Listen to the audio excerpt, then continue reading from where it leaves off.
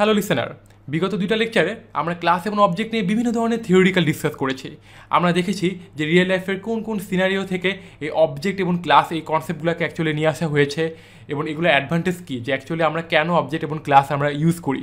এবং আমরা এখন এটাও জানি যে কীভাবে একটা ক্লাস থেকে প্রোগ্রামেটিক্যালি কোনো অবজেক্ট ক্রিয়েট করতে হয়। তো আমি বুঝতেই পারছি যে আপনারা অলরেডি সবাই বোর হয়ে গেছেন যে এত পরিমাণে আমরা থিওরিটিক্যাল ডিসকাস করে ফেলেছি।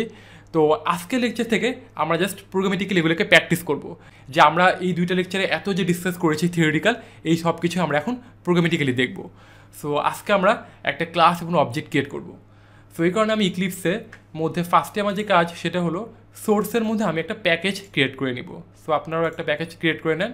এই প্যাকেজের নাম আপনি দিতে পারেন ওওপি, যেহেতু অবজেক্ট ওরিয়েন্টেডের এখন প্রোগ্রামগুলো আমরা, যেহেতু অবজেক্ট ওরিয়েন্টেড কনসেপ্টের সমস্ত প্রোগ্রামগুলো আমরা এই প্যাকেজের মধ্যেই করব। দ্যাট মিনস ওওপি এই প্যাকেজের মধ্যে। সো এই প্যাকেজের মধ্যে আমি একটা ক্লাস ক্রিয়েট করব।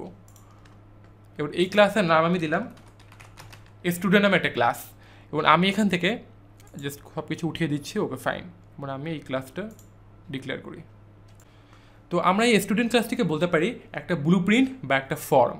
তো যেহেতু আমি এটাকে একটা ফর্ম বলছি, তো নর্মালি যখন আমরা কোনো ফর্ম ফিল আপ করি তখন কি দেখা যায় যে ওই ফর্মে কিছু স্পেসিফিক ফিল্ড থাকে।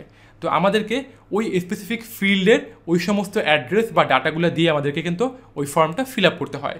সেটা হতে পারে যে কোনো ধরনের ফর্ম, ইউনিভার্সিটি ফর্ম, বা আপনি কোথাও জব করতে যাবেন সেটার একটা অ্যাপ্লিকেশন ফর্ম, বা আদার্স যে কোনো কিছু হতে পারে।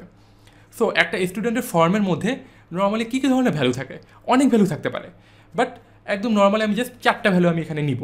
দ্যাট মিনস আমি এখানে 4টা ফিল্ড ক্রিয়েট করব।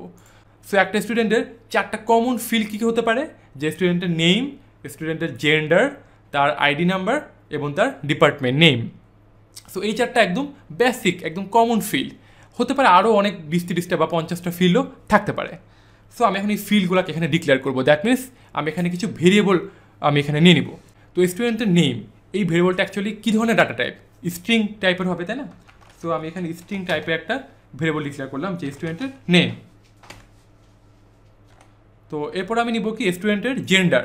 সো জেন্ডারের জন্য আলাদাভাবে আমি স্ট্রিং না নিয়ে আমি এর মধ্যেই বলে দিলাম যে স্টুডেন্টের জেন্ডার।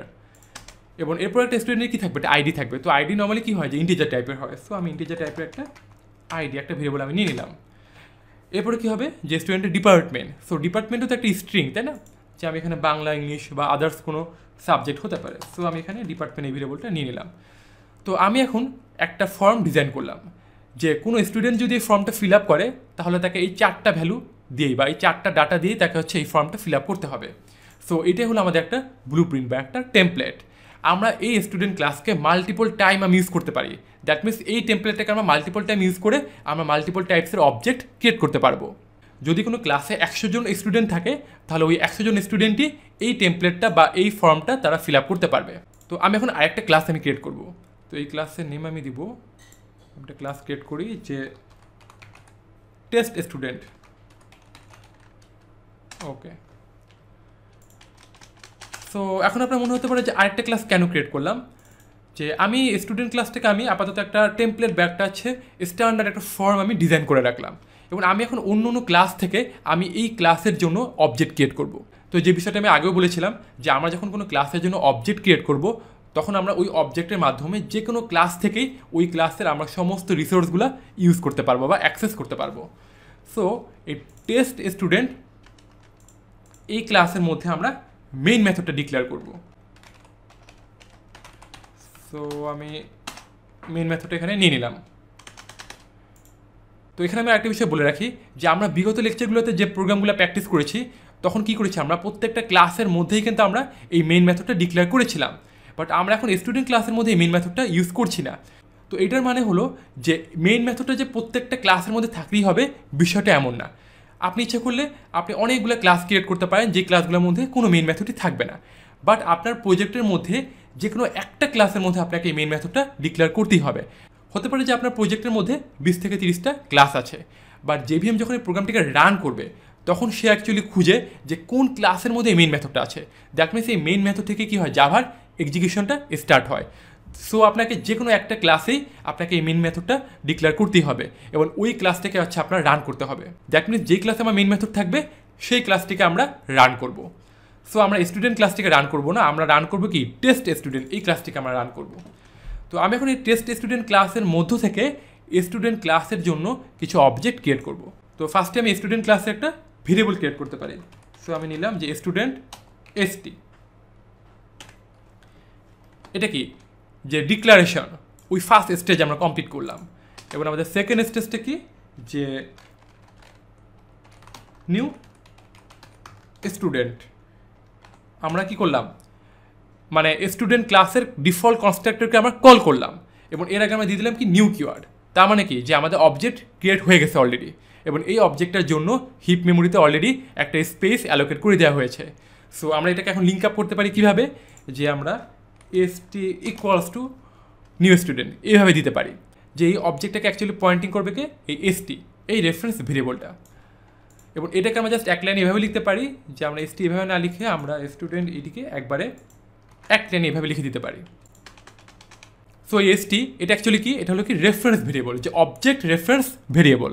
এখন আপনাকে যদি বলা হয় এসটিটা অ্যাকচুয়ালি কী টাইপের, তাই না, প্রত্যেকটা ভেরিয়েবলের কিন্তু কিছু ডাটা টাইপ থাকে, এটা কী টাইপের, তো আপনি বলবেন যে এটা স্টুডেন্ট টাইপের, দ্যাট মিনস এটা ক্লাস টাইপের। কোন ক্লাস টাইপের, আপনি ক্লাসের নেম আপনি যেটা দিবেন, যদি এটা স্টুডেন্ট ক্লাস হয় তাহলে স্টুডেন্ট টাইপের, যদি এটা কলেজ ক্লাস হয় তাহলে এটা কলেজ টাইপ। ওকে, তো আমি এখন এই এসটির মাধ্যমে এই স্টুডেন্ট ক্লাসের মধ্যে যত রিসোর্স আছে সেগুলোকে আমি নিজের ইচ্ছা মতো অ্যাক্সেস বা কন্ট্রোল করতে পারবো। সো এটা দেখেন যে আমি যদি জাস্ট এসটি ডট দিই, আপনি দেখেন এখানে আপনি ডিপার্টমেন্ট পেয়ে যাবেন, জেন্ডার পেয়ে যাবেন, আইডি পেয়ে যাবেন, নেম পেয়ে যাবেন, সবগুলো আপনি পেয়ে যাচ্ছেন। যে আমি রেফারেন্স ভেরিয়েবলের মাধ্যমে ওই স্টুডেন্ট ক্লাসের সমস্ত ফিল্ডগুলোকে ইউজ করতে পারছি। তো যেহেতু আমি এই স্টুডেন্ট ক্লাসটি ইউজ করে একটা নতুন অবজেক্ট ক্রিয়েট করলাম, দ্যাট মিনস নতুন একটা স্টুডেন্ট এই স্টুডেন্ট ফর্মটা তারা ফিল আপ করবে। সো তারা এখন কীভাবে ফিল আপ করতে পারে, যে এভাবে ফিল আপ করতে পারে যে ST dot name equals to, আমি ধরলাম স্টুডেন্টের নাম হলো রাইসা। সো এরপরে কি যে এসটি ডট দিলে কি জেন্ডার পেয়ে যাব। সো রাইসা জেন্ডার কি ফিমেল, সো আমি এখানে স্ট্রিংয়ের মধ্যে ফিমেল লিখে দিলাম। ওকে, সো এরপর কী থাকবে স্টুডেন্টের আইডি, তো ST dot ID, so ID কি ইন্টিজার টাইপের, সো আমি এখানে ডিরেক্টলি 24 দিয়ে দিচ্ছি। ওকে, এরপর হচ্ছে এসটি ডট ডিপার্টমেন্ট। ওকে, সো স্টুডেন্টের ডিপার্টমেন্ট ধরলাম ত্রিপলি। ওকে, তো এই চারটা লাইন লেখার মাধ্যমে অ্যাকচুয়ালি কী হলো যে রাইসা নামে একটা স্টুডেন্ট, সেই স্টুডেন্ট ফর্মটা তারা ফিল আপ করলো, দ্যাট মিনস তারা এই ব্লু প্রিন্টটা ইউজ করলো এবং তারা এই ব্লু প্রিন্টটা ইউজ করে একটা অবজেক্টে পরিণত হয়ে গেল। এবং এই বিষয়টাকে যদি আমি একটু প্রোগ্রামেটিক্যালি দেখি তাহলে বিষয়টা এমন হবে যে স্টুডেন্ট ক্লাসের মধ্যে যে ফিল্ডগুলো ছিল সেগুলোকে আমরা কোনো ভ্যালু দিয়ে ইনিশিয়ালাইজ করিনি, দ্যাট মিনস এই ভেরিয়েবলগুলোর এখন ডিফল্ট ভ্যালুগুলো ছিল যে নাল বা জিরো। যে আমি যদি এখন এই ক্লাসে ভেরিয়েবলগুলোকে জাস্ট এমনি প্রিন্ট করাই তাহলে আমরা এই ভ্যালুগুলো দেখতে পারবো যে স্ট্রিংয়ের ক্ষেত্রে নাল এবং ইন্টিজারের ক্ষেত্রে আমরা জিরো ভ্যালু পাবো। বাট যখনই আমরা এই ক্লাসে কোনো একটা অবজেক্ট ক্রিয়েট করলাম এবং ওই অবজেক্টের রেফারেন্স ভেরিয়েবলের মাধ্যমে এই ফিল্ডগুলোকে, দ্যাট মিনস এই ভেরিয়েবলগুলোকে আমরা কোনো ভ্যালু দিয়ে অ্যাসাইন করে দিলাম বা ইনিশিয়ালাইজ করে দিলাম এই ভেরিয়েবলগুলোকে, তখন যদি আমরা এই ভেরিয়েবলগুলোকে প্রিন্ট করি তাহলে আমরা এগুলোর অ্যাকচুয়াল ডাটাটা আমরা দেখতে পারবো যেগুলো আমরা দিয়েছি। তো আমি যখন এই স্টুডেন্ট ক্লাসের এই ফিল্ডগুলোকে, দ্যাট মিনস এই ভেরিয়েবলগুলোকে কিছু ভ্যালু দিয়ে অ্যাসাইন করলাম এই অবজেক্ট রেফারেন্স ভেরিয়েবলের মাধ্যমে, সো আমি যদি এখন এই ভেরিয়েবলগুলোকে প্রিন্ট করি তাহলে আমরা দেখতে পারবো যে আমরা এভাবে প্রিন্ট করতে পারি যে st ডট নেম, এখানে জাস্ট আমি কপি করে নিই। ওকে, st ডট নেম প্লাস একইভাবে আমরা দিতে পারি যে স্টুডেন্ট ডট জেন্ডার প্লাস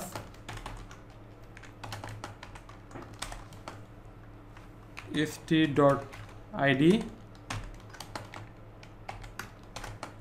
এবং st dot department. Okay fine, তো আমি যদি এখন প্রিন্ট করি তো ঠিক একইভাবে আরেকজন নতুন স্টুডেন্ট সেও ওই স্টুডেন্ট ফর্মটা ফিল আপ করে ওই ক্লাসের একটা স্টুডেন্ট হয়ে যেতে পারে, দ্যাট মিনস ওই ক্লাসের একটা অবজেক্টে পরিণত হতে পারে। তো আমি জাস্ট এটাকে একটু কপি করে নিই, তো কপি করে আমি জাস্ট এটাকে আবার একটু পেস্ট করি। তো আমি এখানে দিলাম যে স্টুডেন্ট ST1, এবার আমি এখানে জাস্ট ইনফরমেশনগুলো চেঞ্জ করে দিচ্ছি। তো আমি এখানে দিলাম হিমেল এবং তার জেন্ডার হলো মেল এবং তার বয়স দিলাম 23 এবং তার সাবজেক্ট হলো সাপোজ টেক্সটাইল, ওকে। তো আমি যদি এখন এটাকে রান করি, তো দেখেন আমরা এখানে ইনফরমেশনগুলো দেখতে পাচ্ছি। এবং আমরা এইভাবে দেখতে পারি যে আমি টেস্ট স্টুডেন্ট এই ক্লাসটিকে আমি এখানে নিয়ে আসি, যে আমি পাশাপাশি দুইটা ক্লাস আমরা এভাবে দেখতে পারি। তো আপনারা এখন এখানে দেখতে পাচ্ছেন যে স্টুডেন্ট নামে একটা আমি ক্লাস ক্রিয়েট করেছি, যে ক্লাসটিকে আমি বলতে পারি একটা ব্লু প্রিন্ট বা টেমপ্লেট। এবং আমি এখানে ডিফারেন্ট আরেকটা ক্লাস ক্রিয়েট করেছি যে টেস্ট স্টুডেন্ট।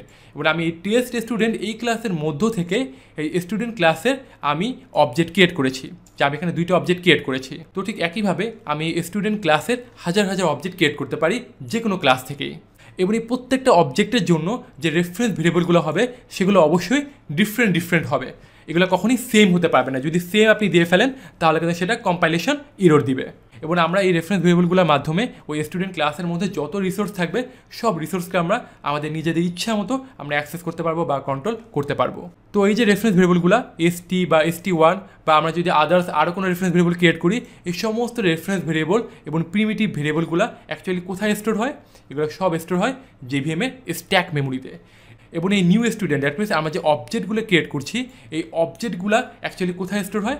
এগুলো স্টোর হয় হিপ মেমোরিতে। এবং এই প্রত্যেকটা অবজেক্টের জন্য JVM কী করে? JVM একটা ইউনিক রেফারেন্স নাম্বার বা একটা হ্যাশ কোড জেনারেট করে। তো আশা করি এই লেকচারটি দেখার পর আপনার ক্লাস এবং অবজেক্টের কনসেপ্টগুলো ক্লিয়ার হয়ে গেছে। এবং আমার নেক্সট লেকচারে আরও ডিটেলস এগুলো নিয়ে ডিসকাস করবো। So stay connected with us to see my next lecture. Thank you again.